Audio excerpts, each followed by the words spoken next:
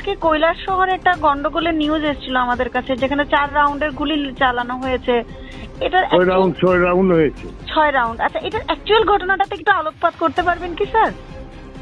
শুনেন, অ্যাকচুয়াল ঘটনা হলো, ওইটা হলো বিজেপির যুব মোর্চা একটা আছে না, এটা ডিস্ট্রিক্ট প্রেসিডেন্ট অরূপ ধর, তার একটা গ্রুপ, আর আরেকটা হলো মন্ডল প্রেসিডেন্ট নীতিশ যে মিউনিসিপ্যালিটি ভাইস চেয়ারম্যানের একটা গ্রুপ।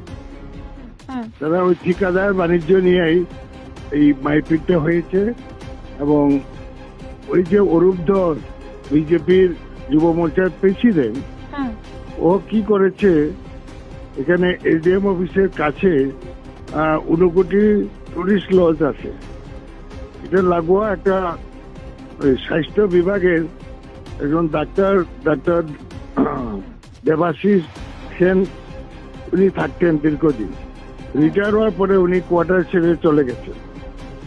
তো এই কোয়ার্টারটা দখল করেছে বেআইনি ভাবে অরূপ ধর, ওই যে বিজেপি যুব মোর্চার প্রেসিডেন্ট। এরপরে তো পাবে ওইখানে রাত 2টা পর্যন্ত তাদের আড্ডা চলে। এরপরে গাড়ি থামাইও হুমকি টুমকি দেয়। তো এখানে লোকাল এসপি রে আমি একটা রিটার্নও দিয়েছি, পাবলিকে মেমোরেন্ডাম দিয়েছিল আজকে থেকে 1 মাস আগে। আমি এই যে সিএলপি লিডার এমএলএ এসপি সাহেবাকে চিঠি লিখেছি এবং ডিএম কে জানানো হয়েছে, এসডিএম কে জানানো হয়েছে, এই যে সরকারি কোয়ার্টারটা বেআইনি দখল করে এখানে আড্ডাখানা করছে, এটা তো ঠিক না।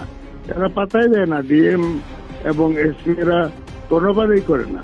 কিন্তু যার পরিণতিতে আজকের এই রণক্ষেত্র হল সরস্বতী পূজার দিন, অত্যন্ত দুঃখজনক। বিজেপি শাসক দলের 2 গ্রুপ। এখন আপনারা তো জানেনই, সরস্বতী পূজা মানে ছাত্রছাত্রীদের সাংঘাতিক আনন্দের দিন।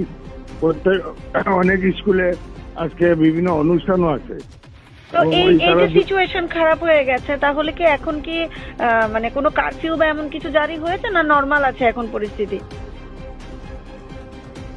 পরিস্থিতি নরমাল কি, এখানে আমি ফুটেজে দেখলাম এসপি সাহেবাও গেছিলেন, কিন্তু নরমাল কি পুলিশ আছে, নরমাল কি নরমাল মেয়েরা তো আর কমফোর্টেবলি তো মুভ করতে পারবে না এমন পরিস্থিতি। সব বাড়ি ঘরে চলে গেছে বেশিরভাগ।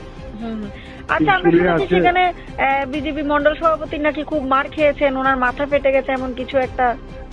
উনি তো মারতে গেছিল তার দলবল নিয়ে। উনি তো থাকেন তো শহরের মিডিলে, ওরা গেছিল তার ওইখানে বর্ষা হয়েছে আর কি, তাদের কি ব্যবসা নিয়ে।